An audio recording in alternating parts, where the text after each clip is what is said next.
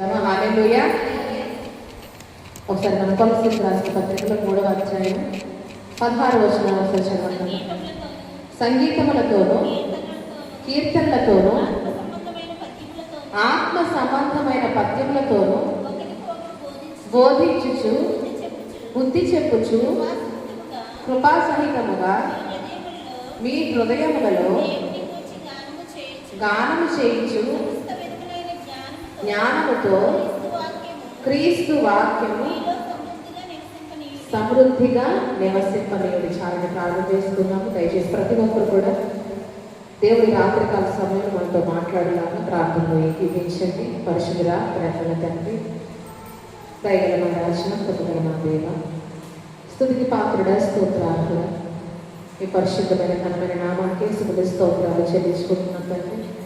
అయ్యా ప్రభు, ఇంతవరకు ఈ సాయంకాల సమయంలో ఈ స్త్రీల సహవాస కూడికలోనికి తండ్రి మమ్మల్ని అందరినీ కూడా చేర్చుకొని మేమందరూ సమాజంగా కూడి మీ నామని ఆరాధించే భాగ్యం మాకు అనుగ్రహించలేదు. ఈ కేసులు స్తోత్రాలు చెల్లించుకుంటున్నాం తండ్రి. అయ్యా విలువైన మీ వాక్కులు తండ్రి మేము ఇక్కడ ధ్యానించడానికి సిద్ధపడి ఉంటుండగా అయ్యా మా మధ్యలోకి మీరు వచ్చి వాక్య పరిచయం అంతట్లో మీరే ఉండి మీరే స్వయంగా మాతో మాట్లాడుతూ ప్రార్థిస్తున్నాం తండ్రి. వచ్చిన విడని బట్టి మీ కేసులు స్తోత్రాలు కదా వారి హృదయాల్లో తండ్రి వాక్యం నన్ను తప్పికని ఆశక్తిని దృష్టిని కలుగచేయండి ప్రభావ. వారి హృదయాన్ని తెరవమని ప్రార్థిస్తున్నాం ప్రభావ. అయ్యా వారి హృదయాన్ని తెరిచి మీ యొక్క వాక్కును వారి హృదయాల్లో నిలబడిందండి. అయ్యా మాట్లాడబోతున్న నన్ను కూడా మీ శిలువ చాటును మరుగుపరిచి నన్ను ఆత్మతో సంపూర్ణంగా అభిషేకించి అయ్యా ప్రభావ ఏ మాటలు తండ్రి ఇందినమ్మ మీరు విడలతో మాట్లాడని ఆశపడుతున్నాను. ఆ మాటలు తండ్రి నా నోటికి అనుగ్రహించి ప్రభావ నన్ను మీ ఘోరగా వాడుతూ మీ నామానికి సమస్త ఘనత మహిమ ప్రభావం చెల్లించుకోము. ఏ స్వతపరిచిన నామం ద్వారా ఈ ప్రార్థనకి వేడుకొచ్చినాం తండ్రి, ఆమేన్.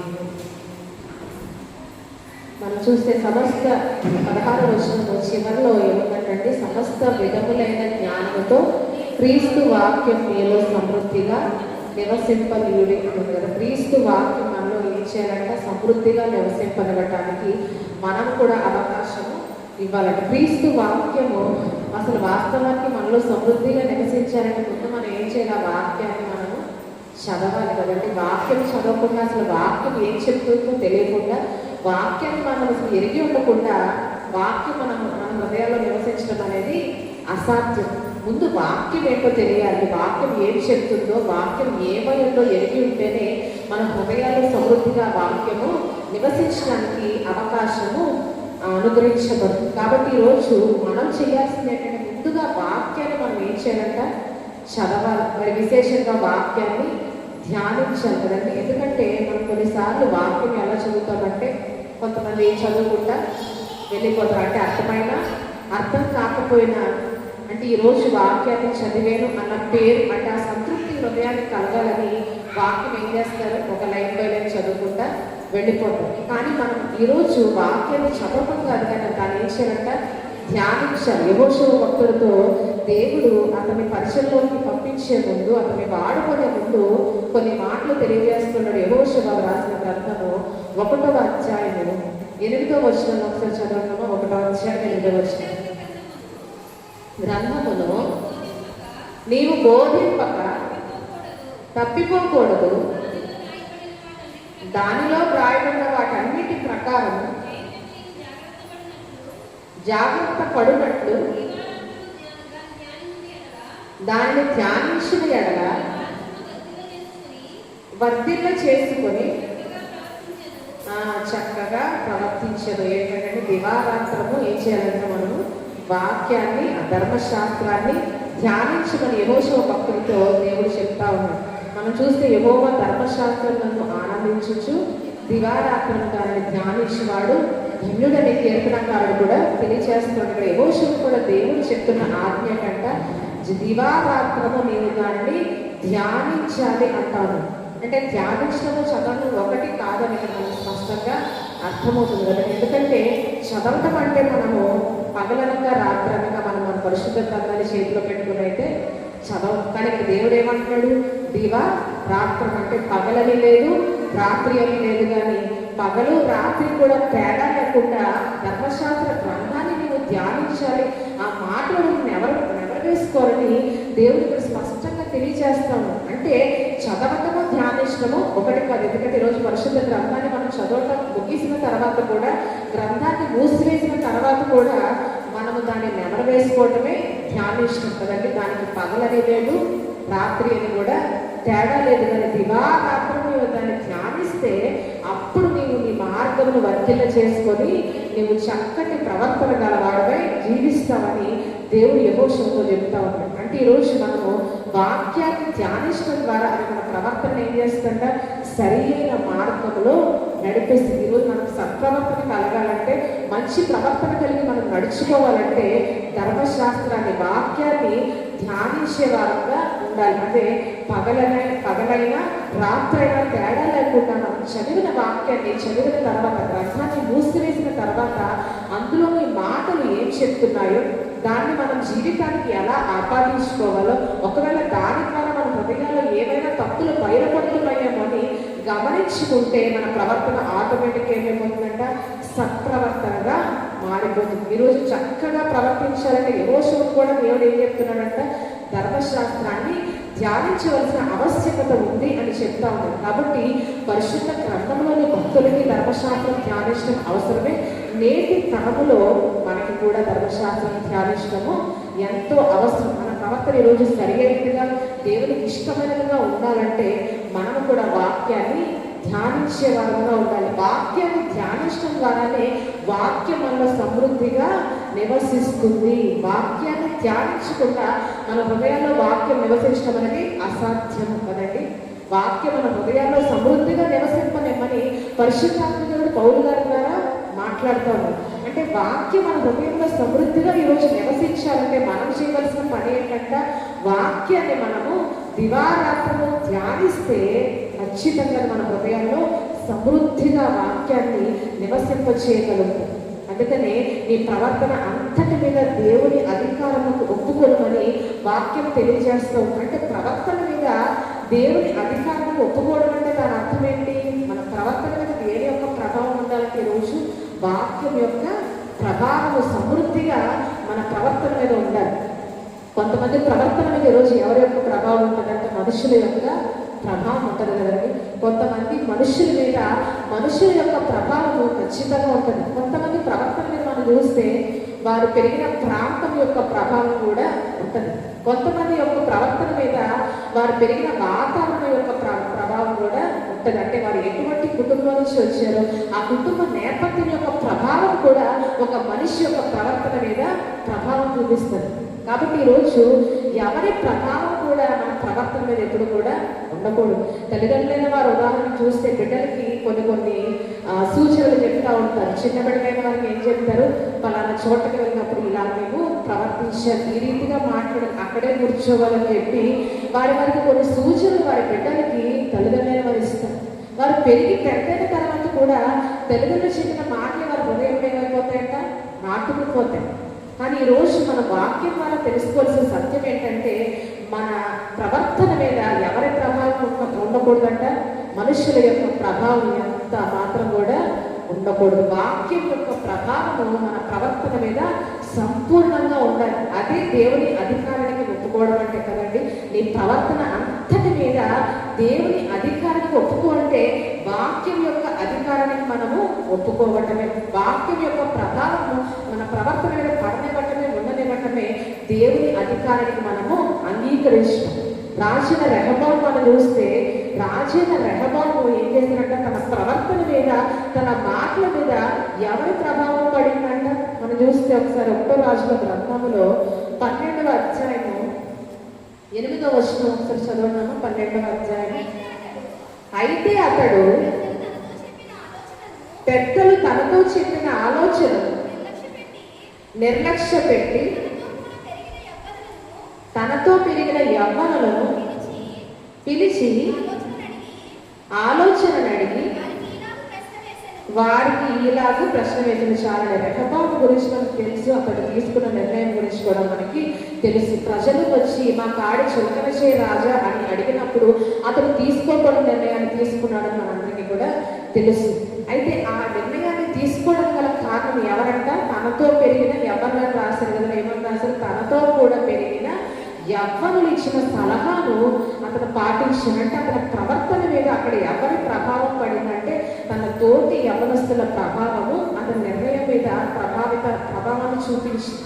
అంటే మనం చూస్తే నాతోటి స్నేహితులే కదా, నా తోటి వారే కదా అని చెప్పి వారు చెప్పిన ఆలోచనలు పాటించడానికి రెహబాము మొగ్గు చూపాడు. తర్వాత ద్వారా జరిగింది ఏంటంట, అతను తీసుకోవడం నిర్ణయాన్ని తీసుకోవడం ద్వారా రాజ్యం విడిచి వెళ్ళిపోవాల్సిన అవసరత అతనికి ఏర్పడింది.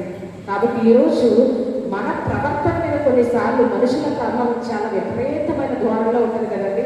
మనం అనుకుంటాం ఇక్కడ ఎలాగైతే రెహబాము తన తోటి యవనస్తుల ఆలోచనలు ఎలాగైతే అంగీకరించి వారు చెప్పిన మాటలు బట్టి నడుచుకున్నాడో, కొన్నిసార్లు మనం అనుకుంటాం ఏంటంటే మనవారే కదా, మనవారు చెప్పిన సలహానే కదా, మనవారు చెప్పిన మాటలే కదా, పాటిస్తే తప్పేంటి అనుకుంటాం కదా. కొన్నిసార్లు ఎంతో మంది ఆయా సమయాల్లో ఉచిత సలహాలు చాలా మంది ఇస్తారు. ఆయా సమయంలో నీవు ఈ రీతిగా మాట్లాడు, అక్కడికి వెళ్ళదు, ఇక్కడే ఉందని చెప్పి కొన్ని సమయాల్లో కొంతమంది మనం అడగకుండానే ఏం చేస్తారంటే ఉచితమైన సలహాలు మనకి ఇస్తారు. కొన్నిసార్లు అపవాది ప్రేరేపణ ద్వారా కూడా కొంతమంది మనుషులు మనకి ఏం చేస్తారంటే తప్పుడు సలహాలు, తప్పుడు నిర్ణయాలు చెప్తారు.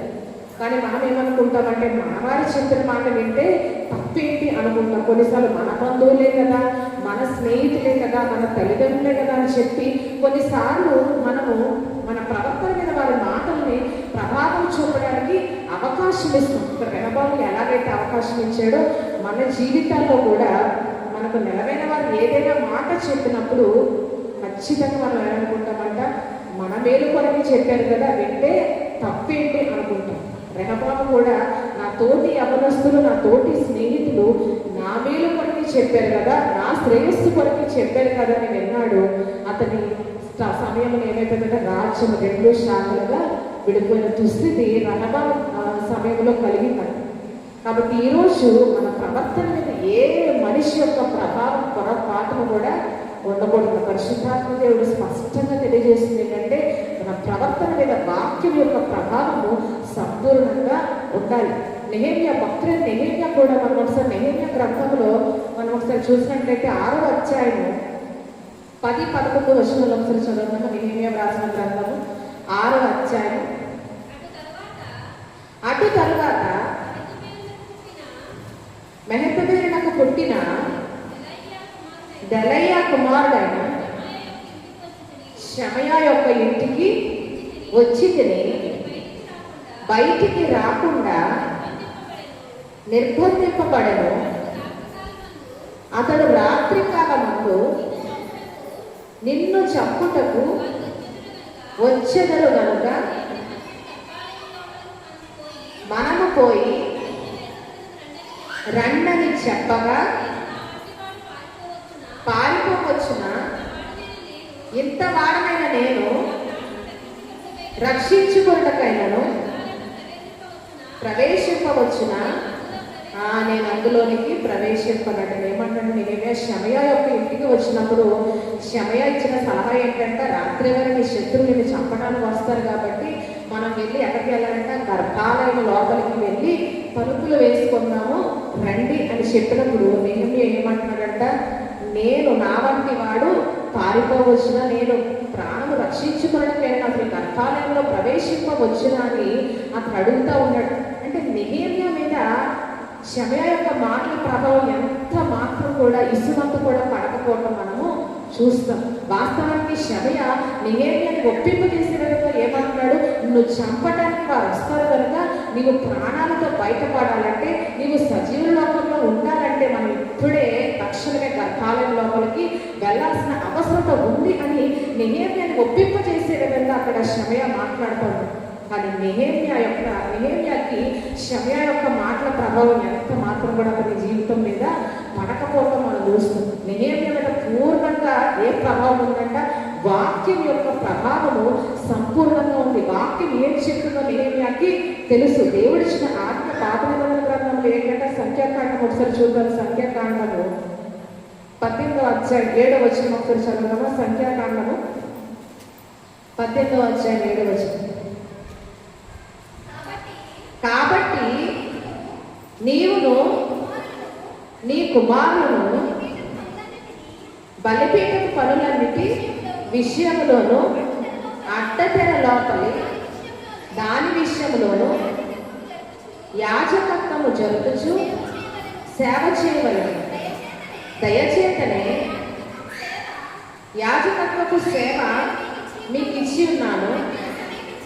అన్యుడు సమీపించిన ఎడల మరణశిక్షను ఎవరితో చెప్తాను దేవుని మాటలు అహరోనుతో మన 18వ అధ్యాయం 1లో చూస్తే ప్రారంభంలో యెహోవా అహరోనుతో ఇట్లని అని చెప్పి దేవుడు అహరోనుతో ఏం చెప్తాడు, నీవును నీ కుమారులను అడ్డతెర లోపల అంటే అతి పరిశుద్ధ స్థలంలో నీవు సేవ చేయనా, దయచేత నీకు యాజకత్వపు సేవ అప్పగిస్తున్నాను. అయితే అన్యుడు ప్రవేశిస్తే వాడు ఖచ్చితంగా మరణశిక్ష పొందుకుంటాడని దేవుడు చెప్తా ఉన్నాడు.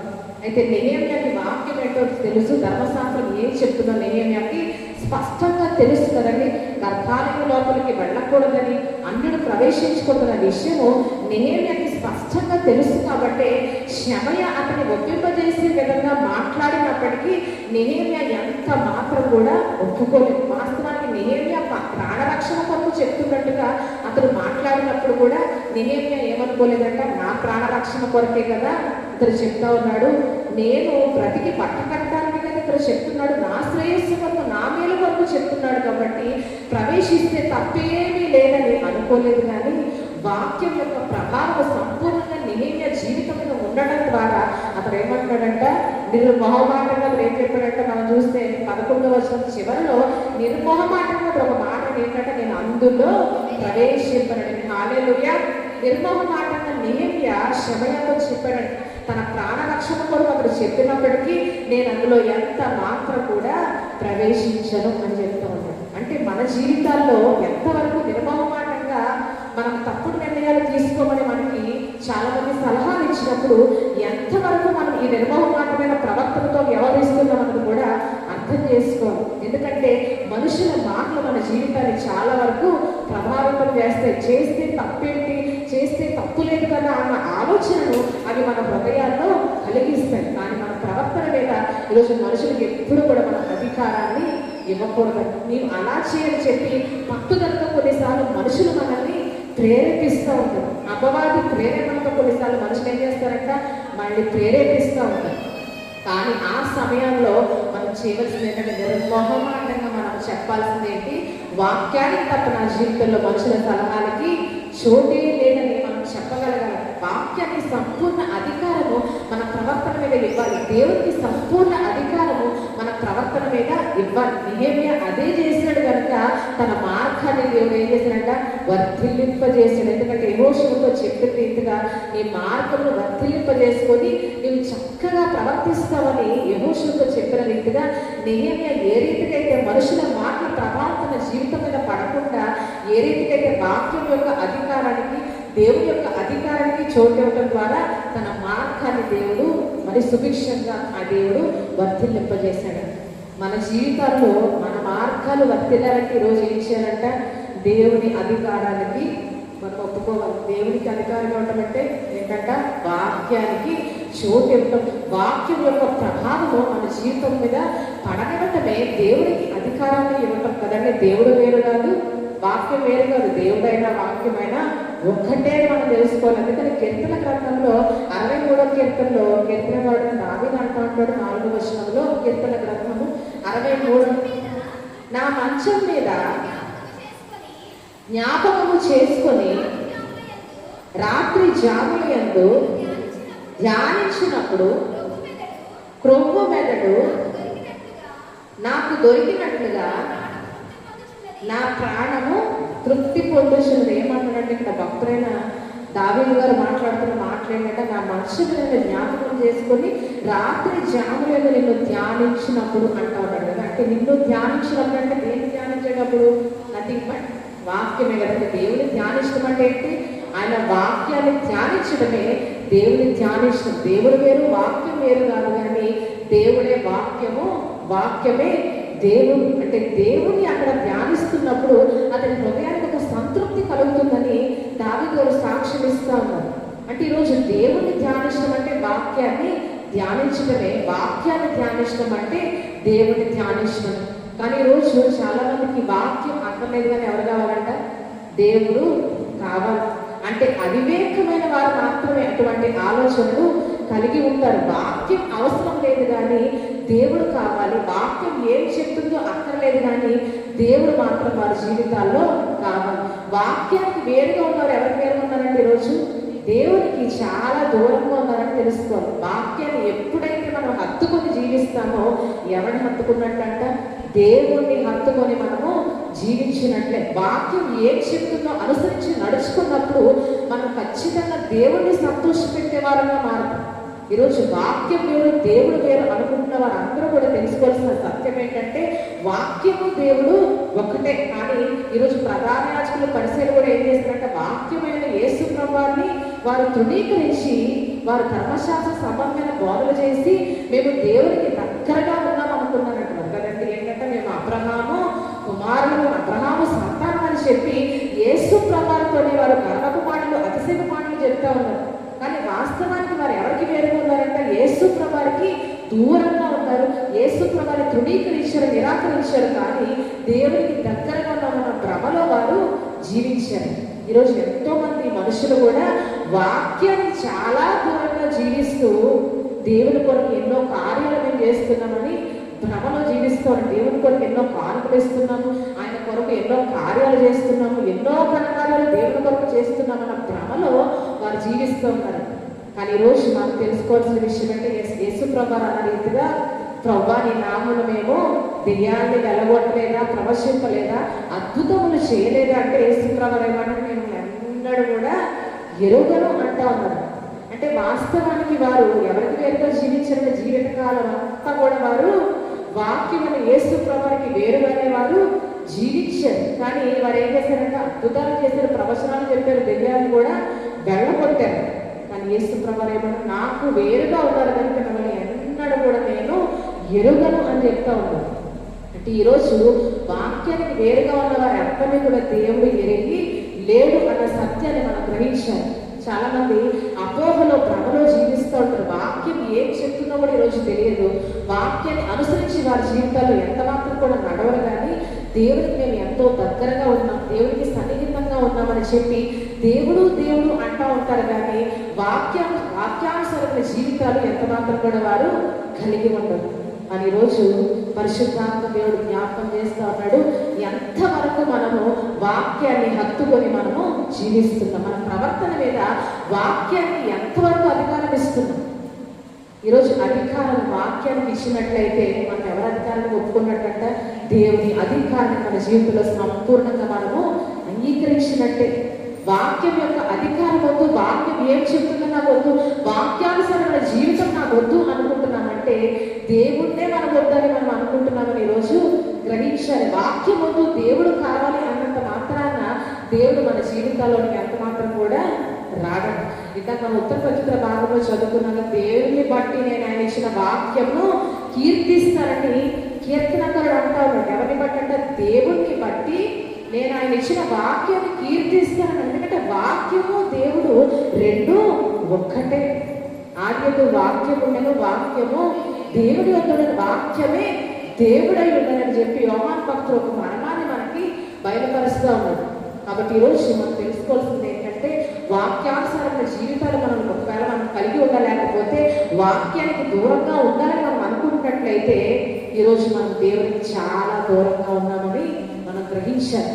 కాబట్టి పరిశుద్ధాత్మ దేవుడు తెలియజేస్తుంది ఏంటంటే వాక్యానికి మన జీవితం మీద అధికారాన్ని ఇవ్వాలి. వాక్యం యొక్క ప్రభావం మన జీవితాల మీద సంపూర్ణంగా మనము పడనివ్వాలి. కానీ ఈరోజు రెహబాములు ఏం చేస్తున్నారంట మనుషుల అధికారానికి చాలా మంది లొంగిపోతా ఉన్నారు కదండి. రెహబాము వాక్యం ఏం చెప్తుందో కూడా ఆలోచించలేదు, దేవుడు ఏం చెప్తున్నాడో ఆలోచించలేదు. కానీ తన తోటి యవనస్తుల మాటలు వినడానికి అతడు ఒప్పుకొని అంగీకరించి ఒక తప్పుడు నిర్ణయాన్ని తన జీవితంలో అతడు తీసుకున్నాడు. సలహా ఇవ్వడానికి సొలొమోను కూడా లేడు కదండి. తన తండ్రి దేవుడు ఏం చెప్తున్నాడో సలహా తీసుకోవడానికి సొలొమోను కూడా సజీవ లోకంలో లేడు.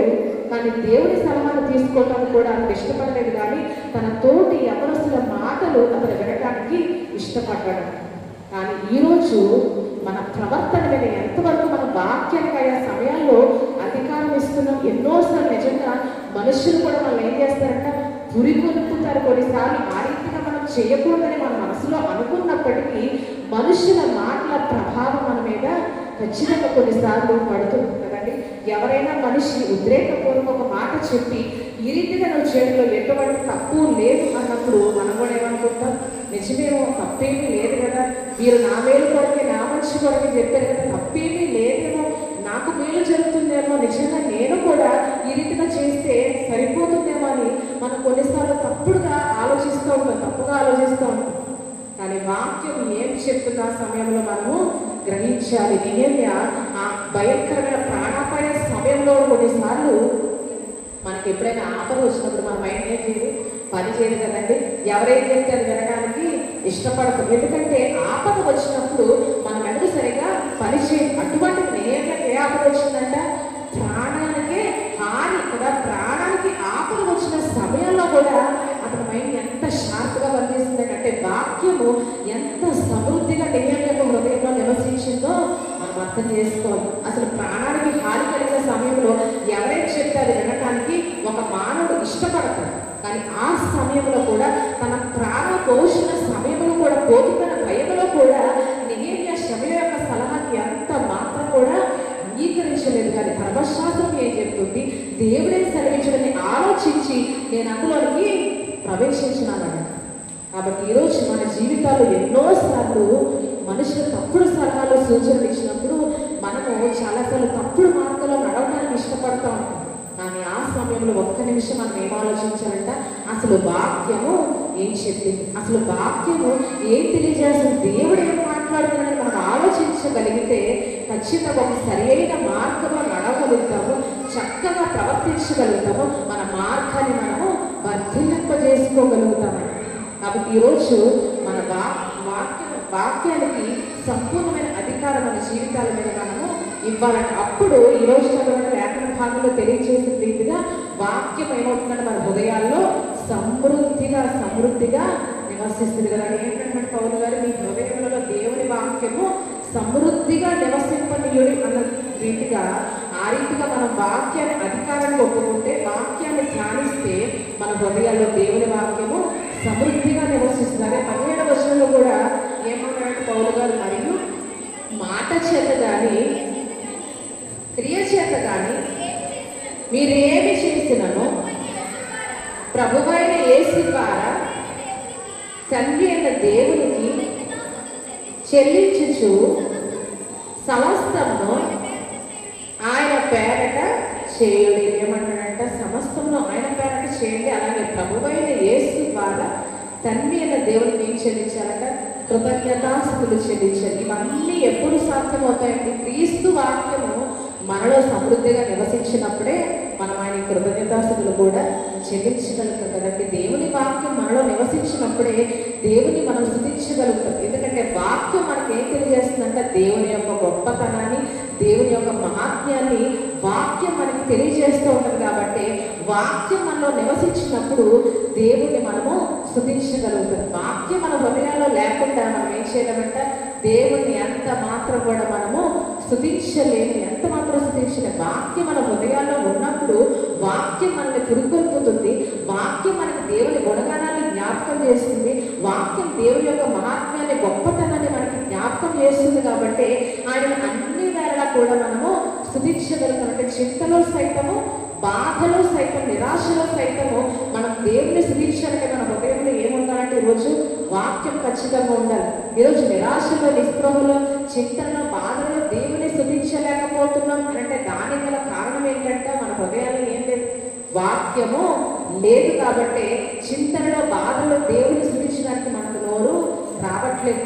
చింతనలో, బాధల్లో కూడా దేవుని స్తుతించాలంటే మన హృదయంలో సమృద్ధిగా వాక్యం నివసించినప్పుడే అది సాధ్యమవుతుంది. అందుకని యేసుప్రభువు అన్ని వేళలా కూడా తండ్రి అయిన దేవునికి కృతజ్ఞతాస్తుతులు చెల్లించిన వారుగా, మనం ఎల్లప్పుడూ దేవుని స్తుతించిన వారుగా యేసుప్రభువు శరీరధారిగా ఉన్న దినవల్ల ఆయన జీవించారు. ఎందుకంటే ఆయన వాక్యమే యేసుప్రభువు కాబట్టి చింతనలో, బాధలలో సైతము ఆయన దేవుణ్ణి స్తుతించగలిగారు. అని మన జీవితాలు ఈరోజు చింత వస్తే, బాధ వస్తే మనం ఖచ్చితంగా స్తుతి చెప్పగానే ఏం చెప్తాం, మన బాధల దేవుని చెప్పుకుంటాం. కానీ మన చింతలు ప్రభా నాకు ఈ చింతలు, నాకు ఈ సమస్యలు దేవునికి చెప్పుకుంటాం. కానీ దేవుని స్తుతించడానికి మనకు అసలు నోరు తెగలదు కదండి. కానీ వాక్యము మన హృదయాల్లో నివసించినప్పుడు అది మనకి దేవుని యొక్క గొప్పతనాన్ని గుర్తు చేస్తుంది, జ్ఞాపకం చేస్తుంది. కనుక మనం మనసారా బాధల్లో సైతం దేవుణ్ణి స్తుతించగలుగుతాం. అందుకని యెహోవా ఇచ్చను, యెహోవా తీసుకుని పోయాను, యెహోవా నామమునకే స్తుతి కలుగును కాక. అత్యంత వేదన ఉన్న యోగు సైతం ఏమంటున్నాడంట, దేవుణ్ణి స్తుతిస్తూ ఉన్నాడు. అంటే ఒక అత్యంతమైన బాధలో కూడా ఒక మానవుడు దేవుడిని స్తుతించగలని రుజువు చేసిన వాడు. హల్లెలూయా. అత్యంత వేదనలో సైతము ఒక మనిషి దేవుడిని స్తుతించగలని తన జీవితం ద్వారా అతడు రుజువు చేశాడు. అతడు ఎక్కడ కూర్చున్నాడంట, అతడు సాతాను వచ్చినప్పుడు ఆఖరుడు యోగ గ్రంథంలో 2వ అధ్యాయము 8వ వచనం నుంచి ఒకసారి చదవండమ్మా. యోగ గ్రంథం 2వ అధ్యాయము 8వ వచనం. అతడు ఒళ్ళు గోపుకొనుటకై చిన్న పెంకు తీసుకొని బూడిదలో కూర్చుండగా అతని భార్య వచ్చి, యథార్థతను వదలకయుండుగా దేవుణ్ణి దూషించి మరణము కమ్మనెను. అందుకతడు, మూర్ఖురాలు మాట్లాడినట్లు మాట్లాడుచున్నావు, మనము దేవుని వలన అనుభవించుదుమా, కీడును తగదా అని వచ్చాలని. ఇక్కడ మనం చూస్తే యోగు గారు ఎక్కడ కూర్చున్నారంటే ఒళ్ళు కోపుకున్నట్టే చిన్న పెంకు తీసుకున్న ఆయన బూడిదలో, అంటే పాత నిబంధన గ్రంథంలో బాధలో ఉన్నవారు వ్యక్తపరచని ఎక్కడ కూర్చున్నారంటే బూడిదలో కూర్చునేవారు, బూడిదల తల మీద చల్లుకునేవారు కదండి. యోగు కూడా అత్యంత బాధలో, వేదనలో, నిరాశలో ఉన్నారు కాబట్టి ఆయన ఎక్కడ కూర్చున్నారంట, బూడిదలో కూర్చొని తాను అత్యంత బాధలో ఉన్నారని మనుషులకి అదేవిధంగా దేవునికి కూడా ఆయన తెలియచేస్తారు. అంటే బూడిదలో బాధపడటానికి కూర్చున్న యోగు గారు వాస్తవానికి బాధపడుతున్న స్థితిలోనే ఉన్నారు. కానీ భార్య వచ్చి నీవు మరణం కావచ్చు, ఎందుకు బ్రతికి ఉండడం అని చెప్పినప్పుడు యోగు గారి హృదయంలో బాధ ఉన్నప్పటికీ అతని హృదయంలో సమృద్ధిగా వాక్యం ఉంది కాబట్టి అతను ఏం చెప్తున్నాడంట, దేవుని వల్ల మనము మేలే అనుభవిస్తామా, కీడును అనుభవింప తగదా అని అంటా ఉన్నారు. అంటే వాస్తవానికి బాధలో ఉన్న యోగుని వాక్యం ఏ రీతిగా పురుగొల్పిందంటే, నిరాశలో, నిస్పృహలో, బాధ వేదనలో ఉన్న యోగుని వాక్యం ఏ రీతిగా పురుగొల్పిందంటే, అయ్యా నీవు దేవుని వల్ల మేలే అనుభవిస్తావా, కీడును అనుభవించకూడదా, దేవుని గురించి కొన్నిసార్లు అననుకూలమైన పరిస్థితులు ఉన్నా కూడా వెళ్ళవలసి వస్తుంది అయ్యా అని చెప్పి అతని హృదయంలో వాక్యము అతన్ని పురికొల్పటం ద్వారా బాధలో ఉన్న యోగు సైతము అతని భార్యతో ఉన్న మాట ఏంట, దేవుని వల్ల మేలే కాదు కీడును కూడా మనం అనుభవించవలసిన అవసరత ఉంది, అననుకూలమైన పరిస్థితులు ఉన్నా కూడా కొన్నిసార్లు వెళ్ళవలసి ఉంటుందమ్మా అని చెప్పి తన భార్యకు చెప్పాడు. తన భార్య యొక్క మాటల ప్రభావము యోగు గారి జీవితంలో ఎంత మాత్రం కూడా అదే బాధలో ఉన్నప్పుడు మనం ఏమైనా ఎవరైనా అంటే వెంటనే ఏం చేస్తాం, వెంటనే కన్నీరు పెడతాం కదా, కృంగిపోతాం. ఎందుకు ఈ దుస్థితి నాకు పట్టిందని చెప్పి బాధలో ఉన్నప్పుడు ఎవరైనా చిన్న మాట అంటే వెంటనే మనం కన్నీరు కారుస్తూ కృంగిపోతాం అని. అంత బాధలో ఉన్న యోగు మీద ఎవరి ప్రభావం పడలేదంట, భార్య యొక్క మాటల ప్రభావము ఎంత మాత్రం పడలేదు. ఎందుకంటే యోగు గారు నిత్యం కూడా వాక్యాన్ని, ధర్మశాస్త్రాన్ని ధ్యానించిన వ్యక్తి కూడా. అందుకని తన బిడ్డల నిమిత్తం కూడా ప్రతిదినం అనునిత్యం ఏం చేసేవారంట, దహన బలులు అర్పించేవారంట. ఎక్కడ తన బిడ్డలు దేవుని దృష్టిలో పాపం చేసి తప్పిపోయారని భయంతో అనునిత్యం కూడా దేవుని సన్నిధానంలో అతడు దహన బలులు అర్పించాడు. అందుకని అంతగా ధర్మశాస్త్రానికి ప్రాముఖ్యత ఇచ్చిన వాడు యోగు. అందుకని బాధలో ఉన్నప్పుడు అతని భార్య చచ్చిపోమని, మరణించమని చెప్పినప్పటికీ యోగు గారి మీద ఆ ప్రభావం పడలేదు. కానీ వాక్యం, అతని హృదయంలో నివసించిన వాక్యము ఏ రీతిగా పురుగొల్పిందంట, దేవుని వల్ల మేడే కాదు కీడు కూడా అనుభవించవలసిన అవసరత కొన్ని సమయాల్లో ఉంటుందని వాక్యం అతన్ని పురుగొల్పటం ద్వారా ఒక నిరీక్షణతో కూడిన మాటలు భార్యతో చెప్పి అతను తను ఏమాత్రం కూడా తన జీవితాన్ని ముగించకుండా ముందుకే వెళ్ళాడు. కానీ వెనక్కి ఏమాత్రం కూడా వెళ్ళాలనుకోలేదు కదండి. ఈరోజు వాక్యము యోగు గారి జీవితం ఎంత ప్రభావితం చూపిందో మన జీవితం మీద కూడా అంతే ప్రభావితము చూపాలని పరిశుద్ధాత్మ దేవుడు కోరుకుంటా ఉన్నాడు. ఇదంతా కూడా క్రీస్తు వాక్యం మనలో నివసిస్తేనే సాధ్యమవుతుంది. అంటే క్రీస్తు వాక్యం అతని హృదయంలో సమృద్ధిగా నివసించింది కాబట్టి యోగు గారు యెహోవా నామమునకే స్తుతి కలుగును గాక అని అనగలిగారు. మనం కొన్నిసార్లు బాధలో ఉంటే ఏం మాట్లాడుతున్నాం మనకి తెలియదు కదండి. ఎవరికైనా మన కోపం వచ్చినా, బాధ వచ్చినా అసలు ఏం మాట్లాడుతున్నామో మనకే తెలియకుండా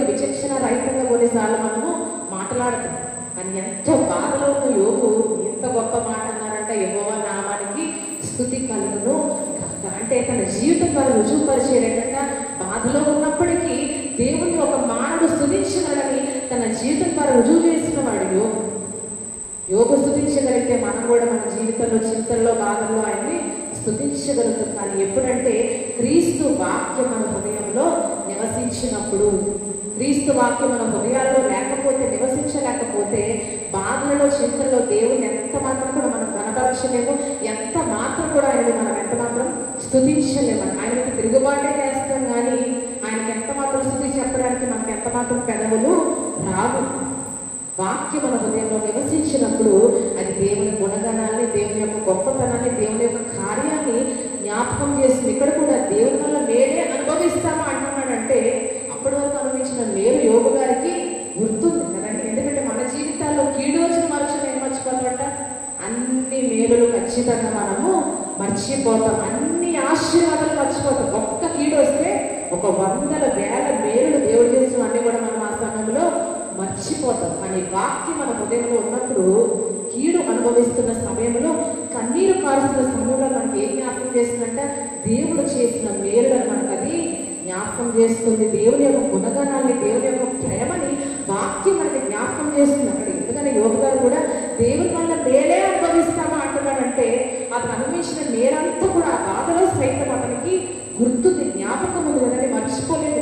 అతని ధనం కావచ్చు, కుటుంబం కావచ్చు, అతనికున్న పేరు ప్రఖ్యాతలు కావచ్చు, అవన్నీ దేవుడిచ్చిన మేలులే, దేవుడిచ్చిన ఆశీర్వాదాలని ఇంకా యోగు గారికి గుర్తుందంట. అందుకని మేలేనా కీడు కూడా కొన్నిసార్లు అనుభవించవలసిన అవసరం ఉందని తన భార్యని బోధ చేసినట్టు బూడిదలో కూర్చొని సైతం. కాబట్టి ఈరోజు మన జీవితాల్లో వాక్యం మన హృదయాల్లో నివసిస్తే అది ఎటువంటి పరిస్థితినైనా మనం ఎదుర్కోవడానికి మనకి ఏమిస్తుందంట, బలాన్ని ఇస్తుంది. వాక్యము మనకి బలాన్ని, ధైర్యాన్ని అనుగ్రహిస్తుంది. ఏ విషయంలోనైనా మనం ముందుకు వెళ్ళే బలాన్ని వాక్యం మనకి అనుగ్రహిస్తుంది. అదే సమయంలో కృతజ్ఞతాస్తులతో పాటు పౌలు గారు ఏమంటారు, సమస్తం మీరు ఏం చేసినా కూడా ఆయన పేరట మాత్రమే చేయండి అంటున్నాడు కదా. అంటే ఈరోజు ఆయన పేరట అంటే మనం ఏది చేసినా యేసు ప్రభువారి పేరట చేయాలి. మాట కానీ క్రియ కానీ ఏ మంచి కార్యమైనా యేసు ప్రభువారి పేరట మాత్రమే మీరు చేయాలని పౌలు గారు పరిశుద్ధాత్మ ప్రేరేపణతో జ్ఞాపకం చేసి. ఎందుకంటే కొన్నిసార్లు మన స్వకీయ ఘనతను ఆశిస్తూ ఉంటారు, మనుషులందరూ ఏం ఆశిస్తారు, స్వకీయ ఘనతను ఆశిస్తూ ఉంటారు. కానీ యేసు ప్రభువు సైతము నేను ఎవరి పేరట వచ్చానని చెప్తున్నాడు, తండ్రి పేరట నేను వచ్చాను, తండ్రి నన్ను పంపాడని చెప్పి ఎప్పుడు తండ్రి మహిమ కొరకే ఆయన పనిచేశాడు. కాబట్టి ఈరోజు ఆయన పేరట మనము కార్యాలు చేయడం ద్వారా ఎవరికి మహిమ వస్తుందంట, యేసు ప్రభువు నామానికి మహిమ కలుగుతుంది. కాబట్టి సమస్తము ఈరోజు ఆయన పేరట చేయాలి. యేసు ప్రభువు జయకులతో యెరూషలేములో ప్రవేశించినప్పుడు మార్గం మీద కూడా అక్కడ ఏమన్నారంట, ప్రజలందరూ కూడా ఏమని స్తుతించారు, ప్రభువు పేరట వచ్చు రాజు స్తుతింపబడును కాక అని చెప్పి యేసు ప్రభువుకి జయ విజయాలు పలికారు. అంటే యేసు ప్రభువు ఎప్పుడు కూడా ఎల్లప్పుడు కూడా ఏం చెప్పారు, నేను తండ్రి పేరట ఈ లోకానికి వచ్చాను, తండ్రే నన్ను పంపడు, నా అంతటా నేరుగా ఈ లోకంలోనికి రాలేదని పదే యేసు ప్రభువు ఎన్నోసార్లు జ్ఞాపకం చేశారు. మనం కూడా ఈరోజు ఏ కార్యం చేసినా ఎవరి పేరట చేయాలంట, దేవుని పేరట, యేసు ప్రభువు పేరట మాత్రమే అది చేయాలంట.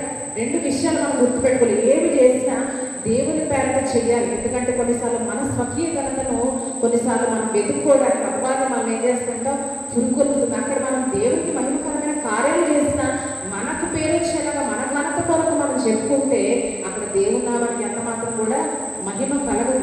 యోహాను భక్తుడైన హెచ్చవలసి ఉన్నది, నేను తగ్గవలసి ఉంది అన్న రీతిగా మన జీవితాల్లో మనం ఎప్పుడైతే తగ్గించుకోవాలో అక్కడ తగ్గించుకుంటే అక్కడ దేవుని నామానికి మహిమ వస్తుంది. సమస్తము దేవుని పేరట చేయాలి. అదే సమయంలో దేవుని పేరట చేసే సమస్త కార్యము దేవుని నామానికే మహిమను తీసుకురావాలి. ఎందుకంటే మనం ఏ కార్యం అయితే ఆ కార్యం చేసి దేవుని నామానికి మహిమ రావాలంటే అంత మాత్రం కూడా రాదు కదండి. దేవుని నామానికి మహిమ తెచ్చే కార్యాలే మనం దేవుని పేరట చేయాలి. మన అపోస్తల కార్యాలు చూస్తే ప్రధాన యాజకుని సేవకు 7 కుమారులు ఉంటారు. ఆ 7 కుమారులు ఏం చేశారంట, యేసు ప్రభువు పేరట దెయ్యాన్ని కలగొట్టాలని చూస్తే వారు ఏమన్నారంట, దెయ్యాలు మేము పౌలుని ఎరుగుతాము, యేసుని గుర్తు ఎరుగుతాము, పౌలు కూడా ఎరుగుతాము, మీరేమని చెప్పి దెయ్యాలు వారిని తరిమిదారని కొట్టాయంట ప్రధాన యాజకుని 7 కుమారులు కూడా. అంటే యేసు ప్రభువు పేరట వారు అద్భుతాన్ని చేయాలనుకున్నారు. కానీ అక్కడ దేవుని నామానికి మహిమ రాకుండా దెయ్యాలు ఏమన్నాయంట, మేము యేసు ఎరుగుతాం, పౌరులు కూడా ఎరుగుతాం, ఎరుగమని చెప్పి వారిని తరిమి కొట్టాయట దెయ్యాలు. అంటే ఈరోజు మనము దేవుని పేరట చేసే కార్యాలు ఏ రీతిగా చేస్తున్నామో కూడా జాగ్రత్తగా చూసుకోవాలి. ఎందుకంటే దేవుని పేరట చేసే కార్యము ఇది దేవుని నామానికి మహిమను తీసుకుని వస్తుందా లేదా అన్నది గమనించుకోవాలి. ఎందుకంటే మీ వల్లనే నా నామం అన్ని జనుల మధ్య దూషింపబడుతుందని యేసు ప్రభువు తెలియజేసిన రీతిగా మనం ఏ కార్యం చేస్తున్నామో దాన్ని జాగ్రత్తగా పరిశీలించుకోవాల్సిన అవసరము ఉంది. సమస్తము యేసు పేరట చేస్తున్న బాగానే ఉంది, కానీ ఆ యేసు ప్రభువు పేరట చేసే కార్యాలు నిజంగా దేవుని నామానికి మహిమను తీసుకొని వస్తున్నాయా లేదా అన్నది కూడా జాగ్రత్తగా పరిశీలించుకోవాలి. ఎందుకంటే ఈ రెండు విషయాలు మనం పరిశీలించుకోవాలి. ఒకటి, మన స్వకీయ ఘనతను ఆశించకుండా దేవుని పేరట చేయాలి. రెండవది ఏంటంటే దేవుని పేరట చేస్తున్న బాగానే ఉంది, కానీ దేవుని పేరట చేసే కార్యాలు దేవుని నామానికి అసలు మహిమను తీసుకొచ్చేవిగా ఉన్నాయా లేదా అని కూడా మనం ఆ సమయంలో పరిశీలించుకోవాలి. ఎందుకంటే అన్ని కార్యాలు మనం చేసే అన్ని కార్యాలు కొన్నిసార్లు దేవుని నామానికి మహిమను తీసుకురాకపోవచ్చు. కాబట్టి చేసే కార్యము దేవుని నామానికి మహిమకరంగా ఉందా లేదా అని ఆలోచించి పరిశీలించి జాగ్రత్తగా మనం ఆయన పేరట దాన్ని చేయడానికి ఇష్టపడాలండి. కాబట్టి ఈ రీతిగా పౌలు గారు చెప్పిన ఇదంతా కూడా ఎప్పుడు సాధ్యమవుతుందంటే క్రీస్తు వాక్యం మనలో సమృద్ధిగా నివసించినప్పుడే ఇవన్నీ కూడా మనము చేయగలుగుతాం. క్రీస్తు వాక్యం మనలో సమృద్ధిగా నివసించినప్పుడు మనం ప్రవర్తన మీద వాక్యానికి అధికారం ఇస్తాము, మన ధర్మశాస్త్రానికి అధికారం ఇస్తాము, దేవునికి అధికారం ఇస్తాము, మన మార్గాన్ని వర్ధిల్ల చేసుకోగలుగుతామండి, మనం చక్కగా ప్రవర్తించగలుగుతామండి. అదే సమయంలో క్రీస్తు వాక్యానికి మనం చోటిస్తే ఏ సమయంలోనే దేవునికి మన కృతజ్ఞతాస్తులు చెల్లించగలుగుతాము. సమస్తము కూడా మన ఘనత కొరకు కాకుండా ఆయన పేరట చేసే మనసు కూడా మనకు అనుగ్రహించబడుతుంది. అంతా ఎప్పుడంటే సాధ్యము క్రీస్తు వాక్యం మనలో సమృద్ధిగా నివసించినప్పుడు. అది ఎప్పుడు సాధ్యమంటే దివారాత్రము దాన్ని మనము ధ్యానించినప్పుడు కదండి. ఏదో ఊరికి చదువుకొని వెళ్ళిపోతే అది జరగదు, కానీ మనం దాన్ని ధ్యానించినప్పుడు వాక్యం ఏం చెప్తుందో పగలు రాత్రి ఎప్పుడు జ్ఞాపకం చేసుకుని దావీదు నా మంచు మీద నేను జ్ఞాపకం చేసుకొని రాత్రి జాముల యందు నిన్ను ధ్యానించినప్పుడు అంటా ఉంటాడు. అంటే ఎప్పుడైనా సరే మనం దాన్ని ధ్యానించినప్పుడు మన హృదయంలో పదే దాన్ని తలపోసినప్పుడు వాక్యం ఆటోమేటిక్గా మన హృదయాల్లో నివసించినప్పుడు ఖచ్చితంగా వాక్యానుసారమైన నిర్ణయాలు మనము తీసుకుంటాం, వాక్యానుసారమైన జీవితాన్ని జీవిస్తాం. అంటే అది ఒక కంగారు పడే సమయంలో ఆపద సమయంలో నెహెమ్యా ఎలాగైతే దేవునికి అనుగుణంగా ప్రవర్తించాడో మనం కూడా ఎంత ఆపద వచ్చినా వాక్యానుసారమైన నిర్ణయాలు తీసుకోవడానికి ఇష్టపడతామండి. ఎప్పుడైతే వాక్యం మన జీవితంలో మన హృదయాల్లో నివసిస్తుంది. కాబట్టి వాక్యాన్ని మనం ఏం చేయాలంట? ధ్యానించాలి. దివారాత్రం దానిని ధ్యానించేవాడు ధన్యుడు అని వాక్యం తెలియజేసినట్టుగా యెహోషువకు కూడా దివారాత్రం నీవు దాన్ని ధ్యానించాలి యెహోషువ అని దేవుడు యెహోషువకు సెలవిచ్చిన రీతిగా మనమందరము దివారాత్రం వాక్యాన్ని ధ్యానించే వారంగా ఉంటే మన హృదయాల్లో వాక్యం సమృద్ధిగా నివసిస్తుందంట. ఎవరికి కావాలంటే వారికి దేవుని మాటలే మనము చెప్పగలుగుతాము. నిజంగా ఒక మంచి సలహాలు కూడా మనం మన తోటి వారికి ఇవ్వగలుగుతాము. అంటే ఎవరు అసలు రెగబాబుకి ఇచ్చే సలహాలు కాదు, కానీ మనలో వాక్యాలు సమృద్ధిగా నివసించినప్పుడు మన తోటి వారికి కూడా అదే విధమైన సలహాలు మనము ఇవ్వగలుగుతాము. ఒక మంచి సలహా ఇవ్వగలుగుతాము, మనము వర్ధిల్లింపజేసుకోగలుగుతాము, వారిని కూడా వర్ధిల్లమైన మార్గంలో మనం కూడా నడిపించగలుగుతాం. కాబట్టి ఆ రీతిగా మనమందరం కూడా దేవుని వాక్యాన్ని ధ్యానించి మన ప్రవర్తన మీద దేవునికి అధికారం ఇచ్చేలాగా దేవుడు తన పరిశుద్ధాత్మ ద్వారా మనందరికీ తన మహాకృప అనుగ్రహించునుగాక. ఆమేన్. ఈ సమయంలో కాంగ్రెస్